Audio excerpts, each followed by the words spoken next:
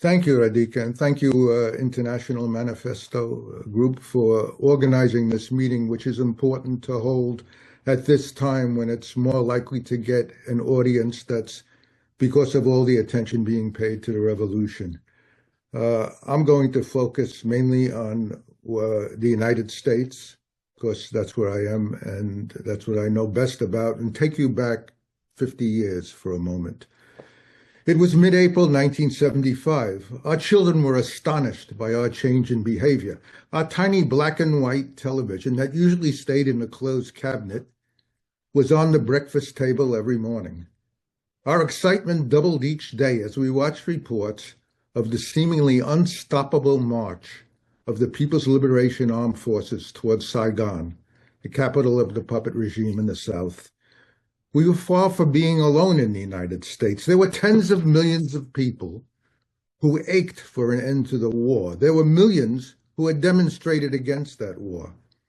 There were hundreds of thousands who considered the fighters of the National Liberation Front and the North Vietnamese Army their heroes, marching toward victory. They rejoiced, we rejoiced. Not only was a long and brutal war ending, but the right side was winning. The oppressor was losing. We could hardly believe it. For 2 weeks, we watched the puppet army disintegrate. Once the soldiers in that army realized they were doomed to lose, they surrendered, or they got out of uniform and fled. The U.S. government and media called it the fall of Saigon. I'm glad everybody here today has said the liberation of Saigon. An almost ridiculous phrase, the fall of Saigon, still used on the 50th anniversary of victory by the imperialist media.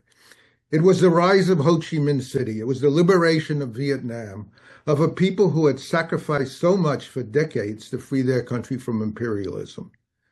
And the ruling class that dragged the U.S. youth into the criminal war was humiliated.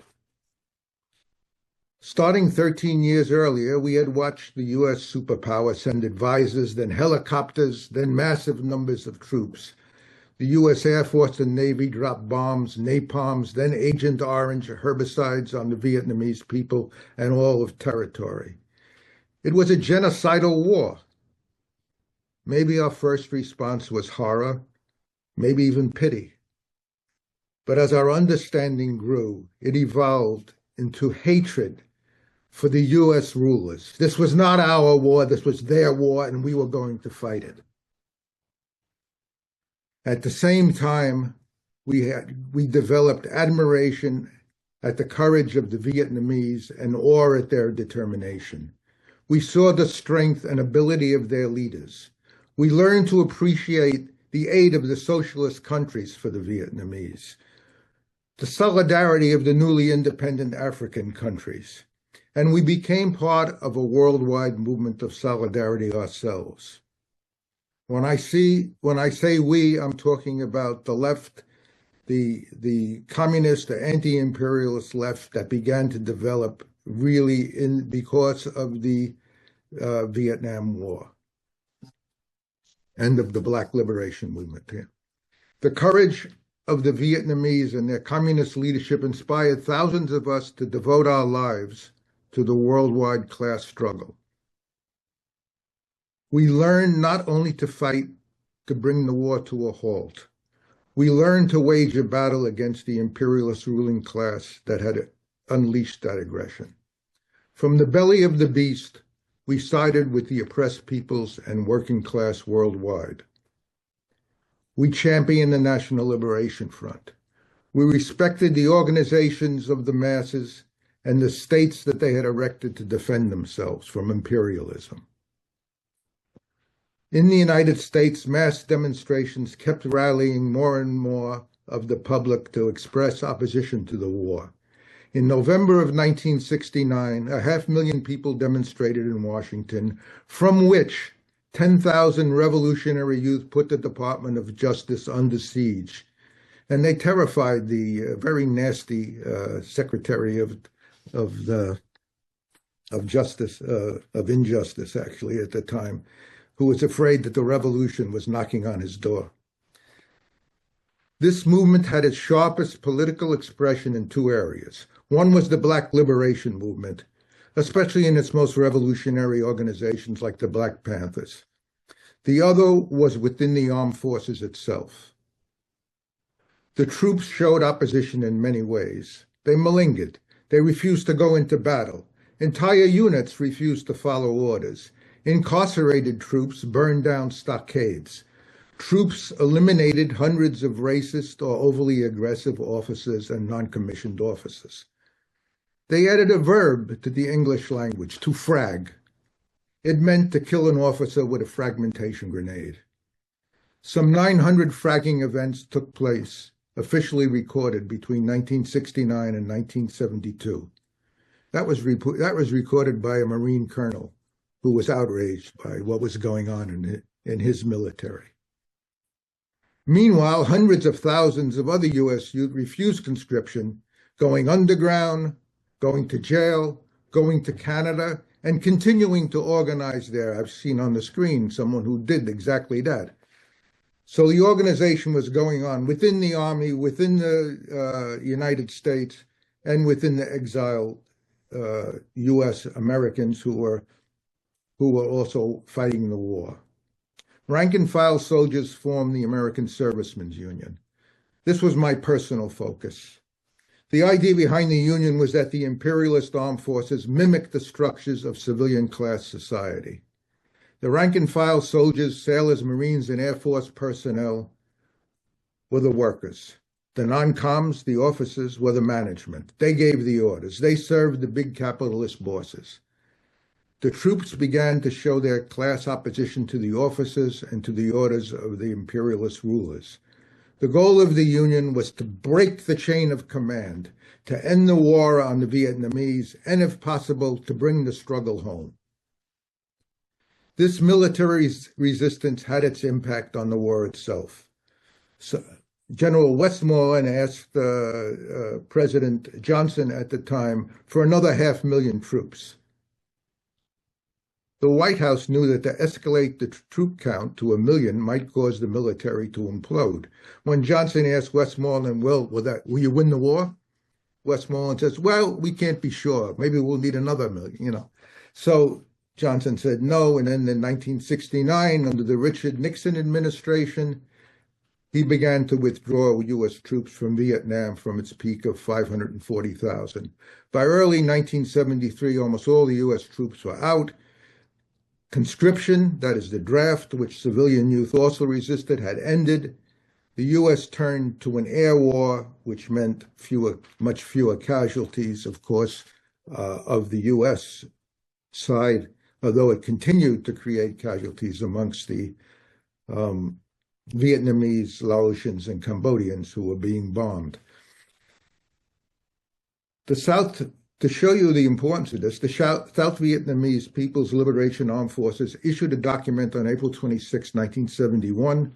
One paragraph of it orders its officers and men, quote, to welcome and give good treatment to those U.S. servicemen who cross over to the South Vietnam people and the People's Liberation Armed Forces, to stand ready to help them go home or seek asylum in another country if requested by them. This, by the way, is what communists do when they can, when the situation presents itself as a possibility. Let's give no false impressions. It was the Vietnamese people and their courageous fighters who won the battle. And theirs was also a political and diplomatic battle, which they waged skillfully. But the refusal of U.S. troops, of the youths who refused the draft, of all in the U.S. who threw a wrench in the war machine, accelerated that victory. Now, in 2025, on the 50th anniversary of that victory of the Vietnamese people, humanity faces the same worldwide class conflict that was taking place then, even if it has taken a different form. The center of struggle in terms of open war is the atrocious assault by the settler state of Israel, fully armed and backed by U.S. and Western European imperialism, against the Palestinian people. The world has seen the genocide against Gaza streamed on social media. And we have watched a massive change in the popular attitude toward the criminal Israeli state and toward the United States because of Gaza. This change, and I'm talking about within the United States especially, this change has taken place despite the ongoing ruling class propaganda campaign demonizing the Gaza leadership and all the forces of what has been called the axis of resistance, including Hezbollah in Lebanon, the Houthis or Ansarallah in Yemen, and the Iranian government. With regard to the different form of that worldwide struggle, the current decline of U.S. imperialist hegemony has been discussed in other webinars in the International Manifesto Group. I'll just say here that neither the establishment ruling class Democrats nor the Trump MAGA group has a program that can reverse the decline of U.S. imperialism. By dismantling 80 years of U.S. diplomacy, the Trump faction appears to be accelerating that decline and spurring a struggle within the United States, as people have mentioned already. As with Vietnam, we are in awe of the Palestinians for their determined resistance despite all the suffering, despite the genocide. We are in awe of their resilience and of the persistence of their leaders. What is the lesson from Vietnam? Vietnam won. Palestine can win. Palestine will win sooner if a worldwide movement of solidarity can continue to grow, can develop and be able to take actions that throw wrenches or shoes into the imperialist Zionist war machine. Some billions of people around the world now consider Israel a pariah state, a genocidal state, as they once did apartheid South Africa. They consider those states that arm Israel, the United States and Western Europe, the criminal facilitators of genocide.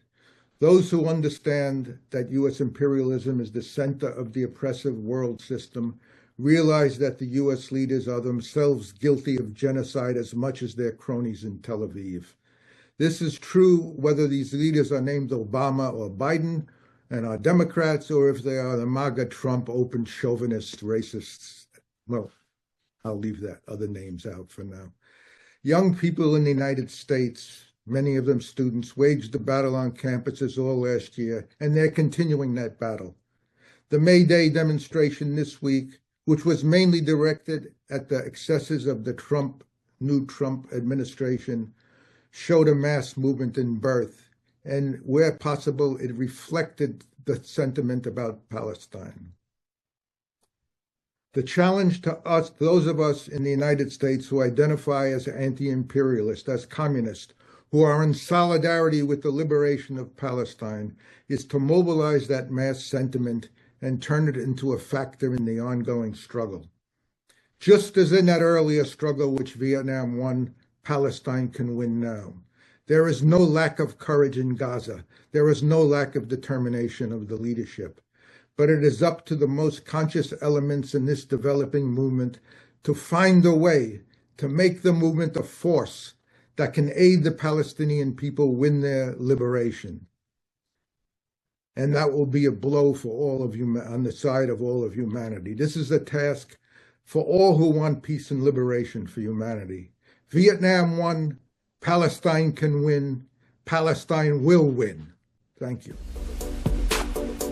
I'm Michael Hudson. I'm appearing here for the International Manifesto Group. If you like this video and ones like it, please subscribe. For more information, go to the address on the screen.